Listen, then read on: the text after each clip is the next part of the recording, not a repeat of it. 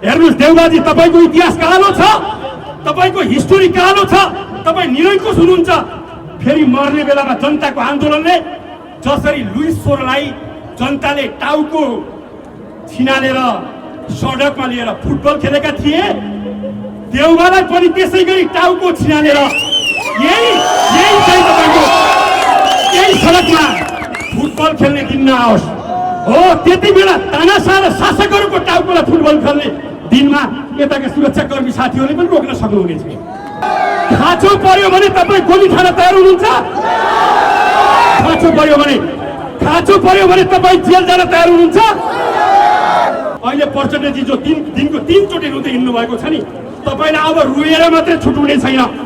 हामीले भन्न चाहन्छौँ, अरू एमालेको कुरा पनि त्यही हो, केपीजीको कुरा पनि त्यही हो। हामीले देख्यौँ नि त, विप्लवको पार्टीलाई के कारणले प्रतिबन्ध लगायो, विप्लवको पार्टीलाई के कारणले प्रतिबन्ध लगायो, के कारणले विप्लवको पार्टीको प्रतिबन्ध खोल्यो। हामी भन्न चाहन्छौँ, हामीले प्रतिबन्ध लगा भनेको होइन, तर त्यसको जवाब दिनुपर्छ। यो सरकार नालायक छ। यो सरकार के छ? भत्वाहरूको छ। यो सरकार पुकलन्ठोहरूको छ। यो सरकार कस्तो छ भने राति साँझ दोरी साँझमा गएर डान्स गरे जस्तो होला, अमृतधार सेवन गरेर घर फलाउँदै हिँडे जस्तो। देश लयो भने तपाईँको जागिर रहने हो, देशको सार्वभौमिकता लयो भने तपाईँको रोजगार रहने हो। त्यसकारणले म सुरक्षाकर्मी साथीहरूलाई उत्तेजित नहुन पनि अनुरोध गर्न चाहन्छु। आन्दोलनकारी साथीहरूलाई पनि जिम्मेवार र संयमित रहन चाहन्छु। मैले भने हामीलाई चाइनाको अर्थतन्त्रसँग सरोकार छैन, हामीलाई भारतको अर्थतन्त्रसँग सरोकार छैन, अमेरिका धनी छ हामीलाई त्यहाँ पनि सरोकार छैन। हामीलाई सरोकार एउटा छ, हामी गरिब भए पनि के भन्छौँ नि, हामी आफ्नै पौरखमा बाँच्न चाहन्छौँ, हामी आफ्नै स्वाधीनतामा हाँस्न चाहन्छौँ, हामी आफ्नै स्वाभिमानमा बाँच्न चाहन्छौँ। त्यसकारणले यो राष्ट्रघाती एमसीसी सम्झौता खारेज हुनुपर्छ अथवा हामीलाई चाहिँदैन। हुनुहुन्छ यता स्वयंसेवक साथीहरूले ध्यान दिनुहुनेछ। यसपछि आफ्नो मन्तव्यका लागि नेपाल कम्युनिस्ट पार्टीका केन्द्रीय सदस्य कमरेड मिलनलाई म यहाँ हार्दिक अनुरोध गर्दछु।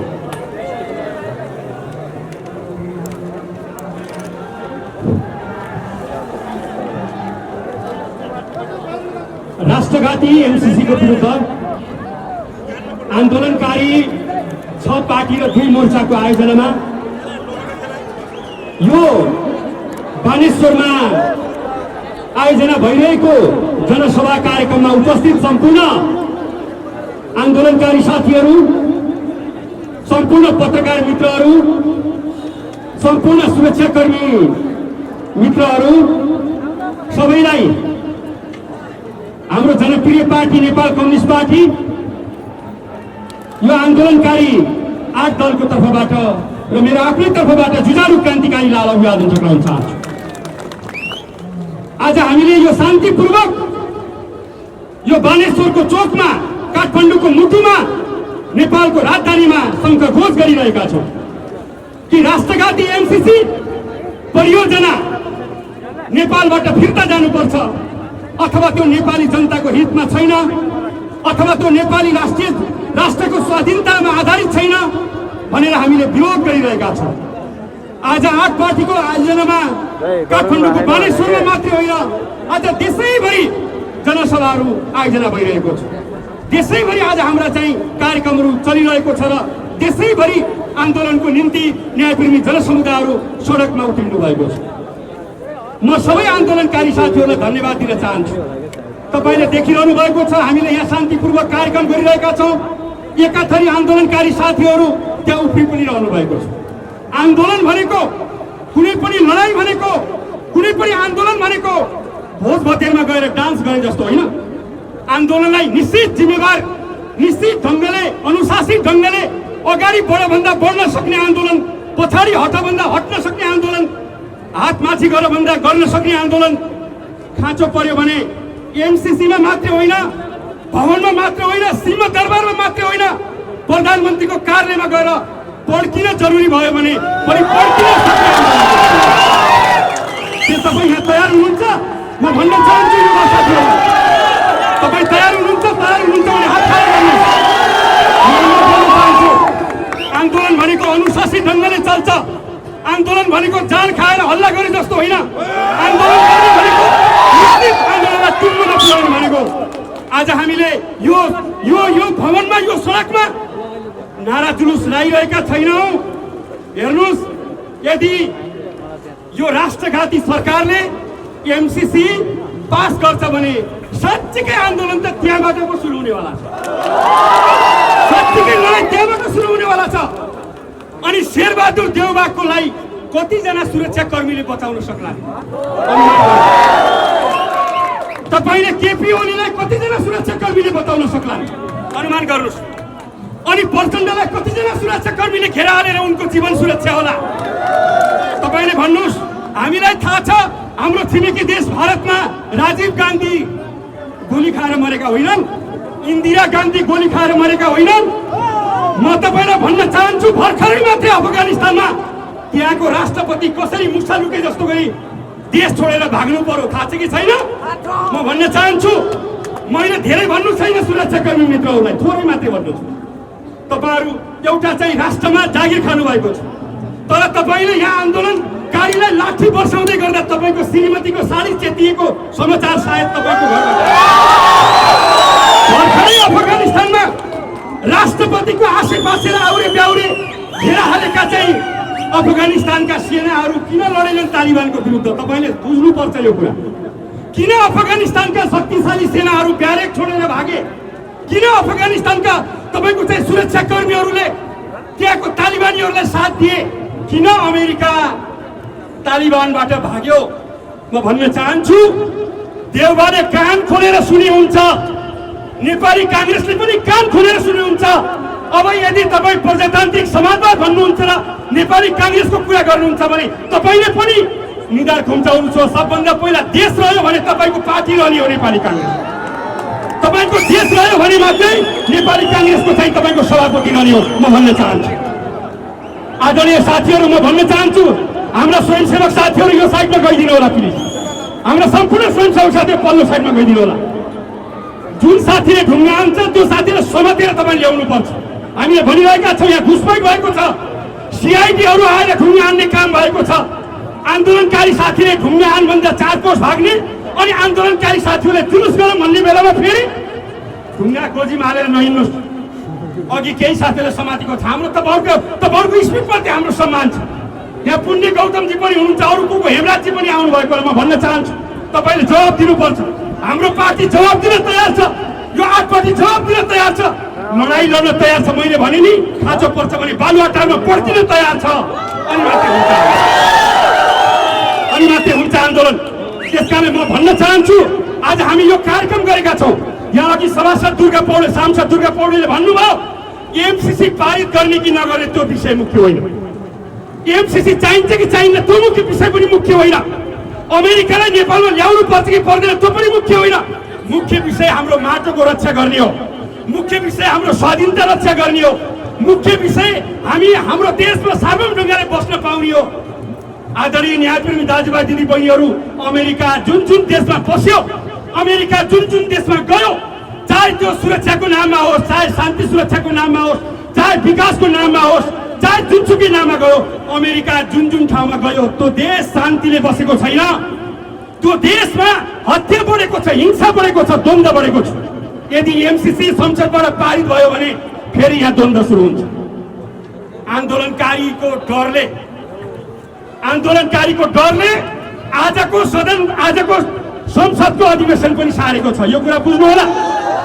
आन्दोलनकारीको डरले तपाईको चाहिँ आजको संसद पनि सारेको छ। आन्दोलनकारीको डरले हो, आन्दोलनकारीको तागतले हो यो सरेको। म भन्न चाहन्छु आदरणीय न्यायप्रेमी, भागभण्डामा हामीलाई मतलब छैन। नेपाली जनतालाई प्रधानमन्त्री शेरबहादुर देउवा बनुन् कि प्रधानमन्त्री केपी ओली बनुन् कि प्रधानमन्त्री प्रचण्ड बनुन्, जनतालाई त्यो सरकारको विषय होइन। जनतालाई शिक्षा चाहियो, जनतालाई रोजगार चाहियो, जनतालाई शान्ति सुरक्षा चाहियो, जनतालाई स्कुल चाहियो, जनतालाई उपचार चाहियो। जनताले त्यो चाहन्छ। प्रधानमन्त्री को हुन्छ हामीलाई सरोकार छैन, हामी आन्दोलनकारीलाई पनि सरोकार छैन। नेपाली जनतालाई के छ, राष्ट्रिय स्वाधीनताको एउटा रक्षा हुन जरुरी छ।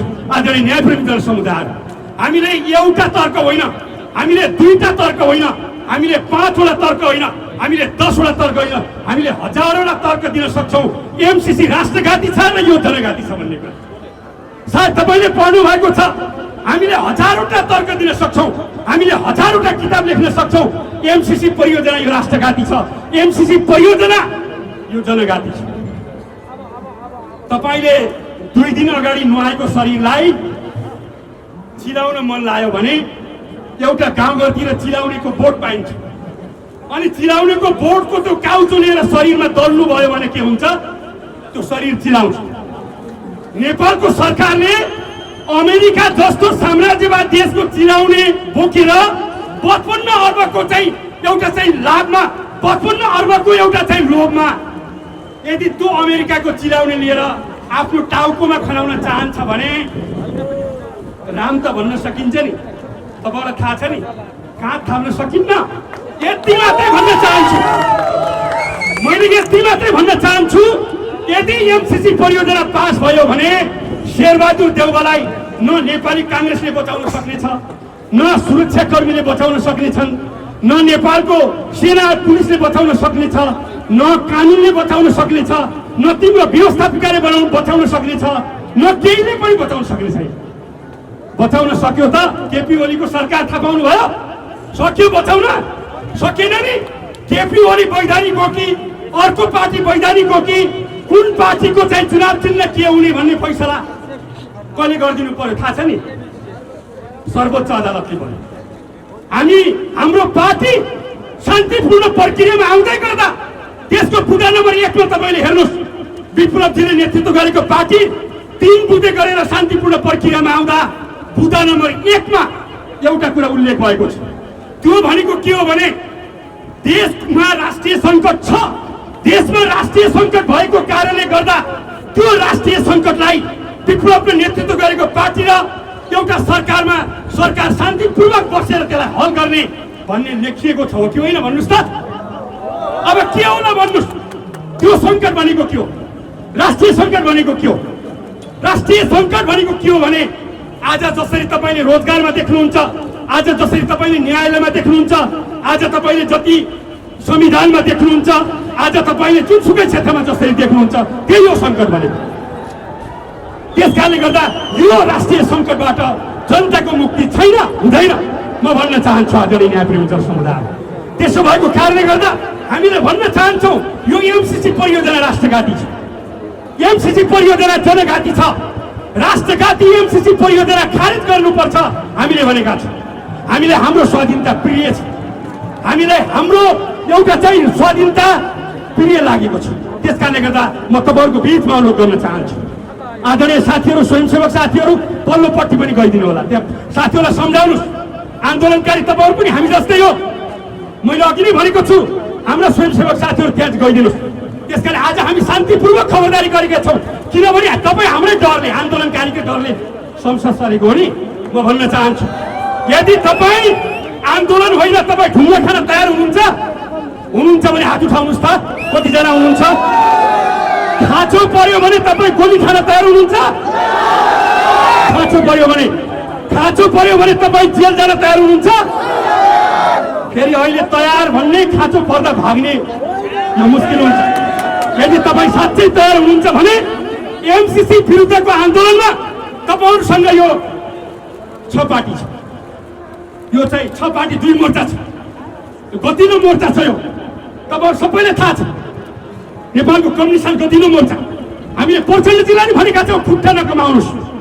यहाँ प्रचण्डको पार्टीमा भएका आन्दोलनकारी साथीहरूलाई पनि म देखेको छु, थुप्रै हुनुहुन्छ तपाईँहरू। त्यो तपाईँको सुदूरमुर्गी तरिकाले आन्दोलन हुँदैन, सुदूरमुर्गी तरिकाले सत्ता पनि बद्दैन, सुदूरमुर्गी तरिकाले कुर्सी पनि बद्दैन। यता जान्छ कि यताको पनि माया, पछिको पनि माया, बस्दैन आन्दोलन। प्रचण्डजीलाई भन्न चाहन्छौँ, तपाईँ संशोधनवादी राजनीतिमा त जानु भएको छ। यदि यो निर्णायक बेलामा तपाईँ चुक्नु भयो भने अहिले प्रचण्डजी जो दिनको 3 चोटि रुँदै हिँड्नु भएको छ नि, तपाईँलाई अब रुएर मात्रै छुट्ने छैन। हामीले भन्न चाहन्छौँ, अरू एमालेको कुरा पनि त्यही हो, केपीजीको कुरा पनि त्यही हो। हामीले देख्यौँ नि त विप्लवको पार्टीलाई के कारणले प्रतिबन्ध लगायो, विप्लवको पार्टीलाई के कारणले प्रतिबन्ध लगायो, के कारणले विप्लवको पार्टीको प्रतिबन्ध खोल्यो। हामी भन्न चाहन्छौँ, हामीले प्रतिबन्ध लगा भनेको होइन, तर त्यसको जवाब दिनुपर्छ। यो सरकार नालायक छ, यो सरकार के छ, भत्कुवाहरूको छ यो सरकार। यो सरकार पकलन ठोहरूको छ। यो सरकार कस्तो छ भने राति साँझ दोहोरी साँझमा गएर डान्स गरे जस्तो होला, अमृतधार सेवन गरेर ढल फलाउँदै हिँडे जस्तो। हिजो देख्नुभयो केपी ओलीको घरमा देउबाको श्रीमान श्रीमती जानुभयो। एकचोटि मात्रै जानु भएन, दुईचोटि जानुभयो। अमेरिकाको तपाईँको राजदूतसँग नि उहाँले भेट्नुभयो। भेट्नुहोस्, केही पनि छैन हामीलाई सरोकार, तर विषय के हो भने राष्ट्रघाती र जनघाती काममा तपाईँ नभिन्नु। हेर्नुहोस् देउबाजी, तपाईँको इतिहास कालो छ, तपाईँको हिस्टोरी कालो छ। तपाईँ निरङ्कुश हुनुहुन्छ।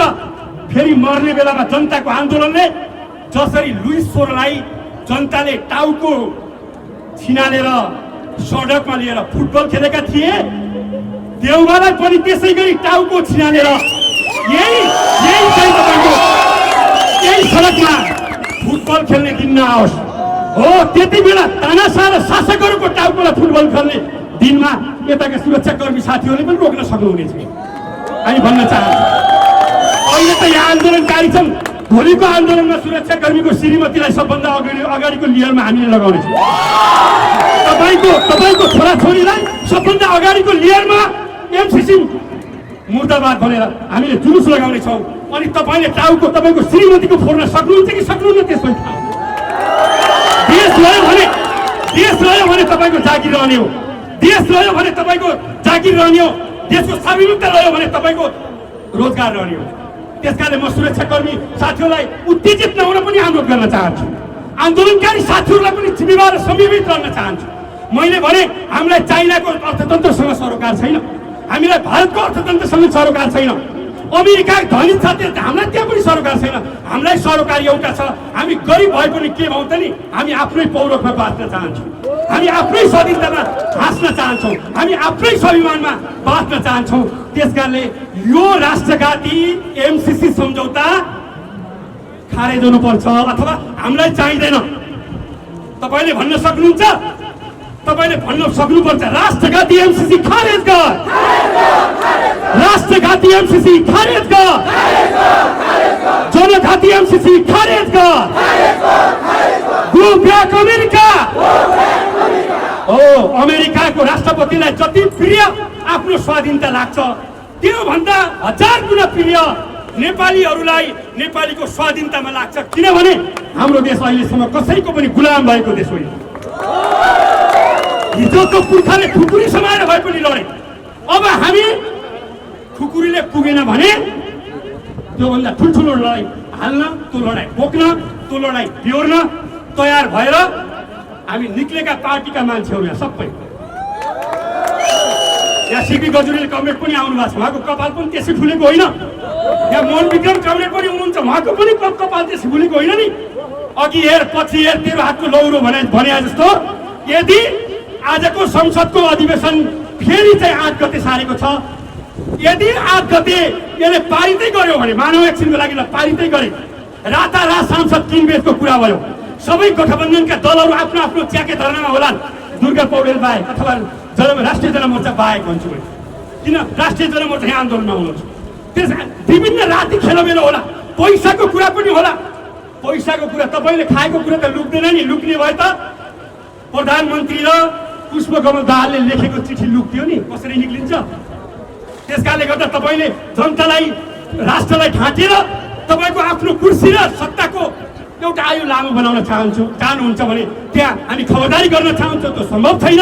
आदरणीय साथीहरू, फेरि भोलि नै यो 8 दलको बैठक बसेर पर्सिको कार्यक्रममा योभन्दा अझै उच्च सङ्घर्षको कार्यक्रम लिएर हामी आउनेछौँ। मैले भन्न खोजेको के हो भने अहिले हामी टोपी लगाएर आछौँ, अब शिरमा कफन बाँधेर आउँछौँ। खाँचो पर्यो भने 2-4 जना शहीद हुन पनि तयार हुन्छौँ।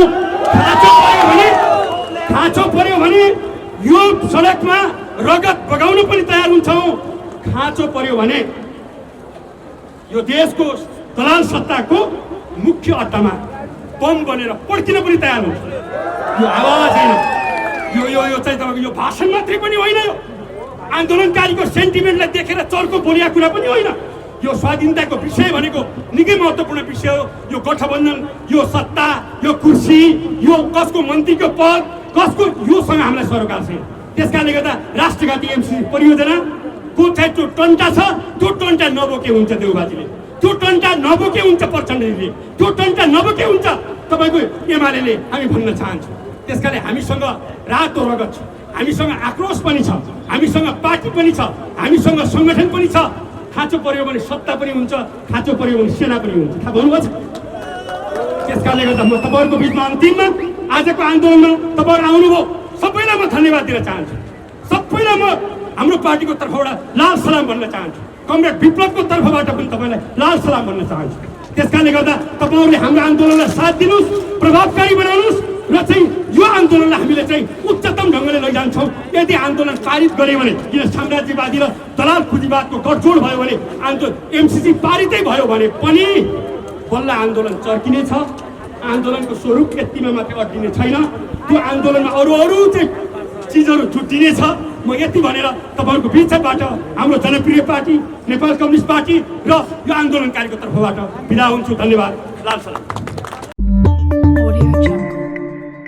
समाजको आवाज.com